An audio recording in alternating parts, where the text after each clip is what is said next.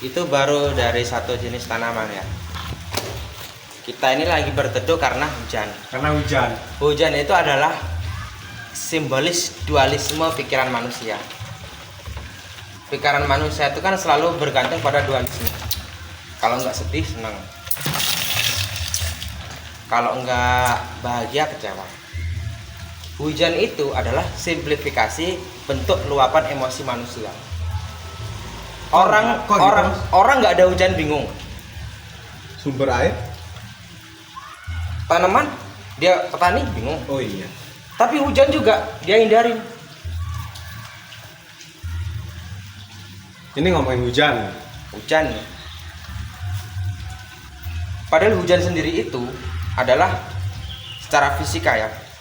Itu adalah benturan gelombang elektromagnetik, dia ada plus ada minus, terbentur menghasilkan petir, pecah awan jadi air hujan. Bukan itu proses penguapan ya sih mas? Penguapan yang Sebelumnya ya dari laut menguap, dari manapun lah ya. dia jadi awan. Sebenarnya hujan itu adalah sesuatu yang bersifat alami atau harusnya. Dan tubuh kita ini kan disetting untuk tahan dengan sesuatu yang alamiah. Harusnya.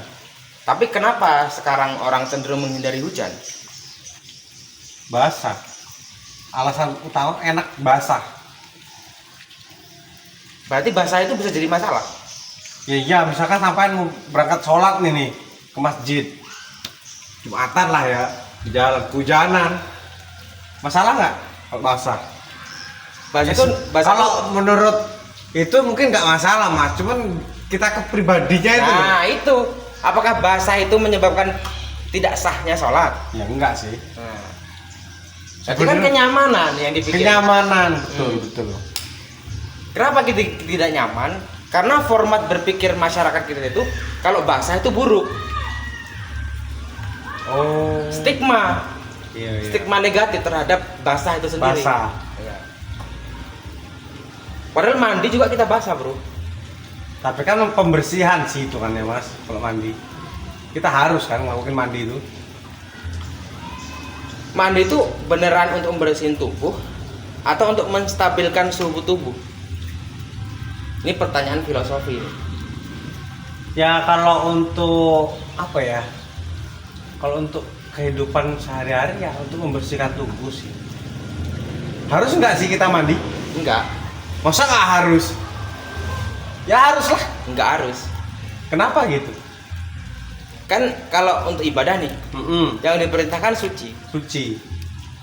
Ya bersuci kan termasuk mandi kan termasuk bersuci. Tapi cara bersuci kan nggak harus mandi.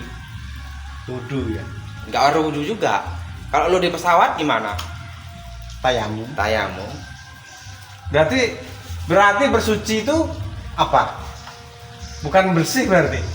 Bersuci itu secara harfiah dia mensucikan anggota tubuh yang dianggap harus steril. Iya juga sih. Tapi secara hakikatnya itu sebenarnya yang dibersihkan tuh hati dan pikiran kita, bro. Logikanya gini, wudhu yang kentut kan pantatnya. Kenapa yang dibasuh mukanya?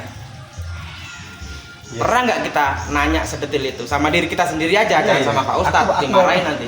Aku baru kepikir. Besok aja tak tanyain lah. jangan. Loh, kenapa?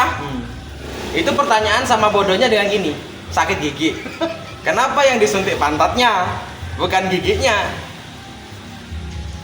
Ya terus gimana jawabannya tadi?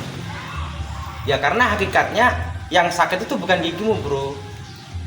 Tapi ya, itu peradangan gusi. Wudhu tadi lo. Wudhu juga gitu. Yang najis itu sebenarnya hakikatnya bukan tubuhmu aja, hati dan pikiranmu itu yang harus dinolkan lagi. Kan seharian kamu ruwet kan, mikirin tetangga, mikirin harta tetangga, mikirin masalah tetangga, mikirin omongan tetangga, mikirin kesedihan tetangga, kebangkrutan tetangga. Kamu dibalikkan ke titik nol. Nah, simbolisnya bersuci itu refresh nggak sih?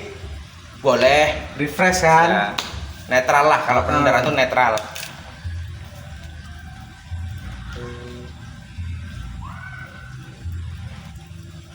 Aku kira wudhu itu termasuk apa? Syarat. Syarat sah? Iya. Ya iya, kalau secara formalitas ya, Ya. secara syariat. Bahkan itu syarat wajib. Harus sah kan kita kan. Ya guys ya, ingat. Ada lagi bro tambahan. Orang haid, menstruasi. Itu kan yang kotor darahnya bro. Betul. Nah kalau diteliti, darah kotor di tubuh kita itu, terutama yang potensi stroke gitu, kolesterol, asam urat, kan banyak darah kotor. Iya. Tapi kenapa yang di justice, yang diklaim, yang dituduh cuma perempuan yang menstruasi? Kan laki-laki juga harusnya kan? Laki-laki tubuhnya udah campur nikotin. Ya enggak lo kan pada dasar awalnya kan lo mas. Maksud aku tuh. Yang punya darah kotor itu bukan cuma perempuan nggak sih? Ya. Nah itu kenapa? Karena formal itu lihat yang nampak bro, yang kasat mata. Yang kasat mata yang kelihatan, yang paling mencolok, yang paling dominan. Yang paling dominan mengeluarkan darah kotor, justice-nya di situ. Karena dia mengeluarkan darah kotor, so that's why dia mengandung darah kotor. Karena ada buktinya, bukti fisiknya ada, bisa dilihat. Kalau aliran darahmu kan nggak bisa dilihat. Gitu. Iya ya. Sama kayak ketulusan. Mas. Kamu datang ke kondangan nih. Kamu bilang aku tulus mendoakanmu, merestuimu. Tapi kamu nggak nyumbang pakai duit. Hamba Allah. Ya nggak formal. Iya. Formalnya gitu ya. Aku doakan kamu dari jauh, nggak harus datang. Itu kalau dia ngomong kata tulus tuh itu ya. Sama kayak kita beribadah lah. Kenapa hari Jumat itu sensitif? Laki-laki harus datang ke masjid. Kenapa? Karena itu formal. Formalnya gitu. Justifikasi itu. Kalau you masih muslim, nggak tahu hatimu itu udah kafir apa enggak? Nggak harus laki-laki perempuan nggak sih? Ya ada beberapa kelompok pikiran yang katakan istihad lah istilahnya. Yang kalau perempuan itu yang udah menopause, yang udah nggak menstruasi, berarti kan nggak mungkin juga kita mencintai orang yang menopause. Ya meskipun ada potensi ke situ. Terus kalaupun kamu mencintai orang yang menopause, emang yang perempuan menopause bisa ngasih kamu kepuasan kan enggak? Jadi di situ letaknya mas. Problemnya di situ. Nah kalau perempuan yang masih produktif itu kan dikhawatirkan bro, masih ada bisa ngerespon gitu loh. Perempuan yang masih produktif itu bisa ngerespon nafsunya. Itu.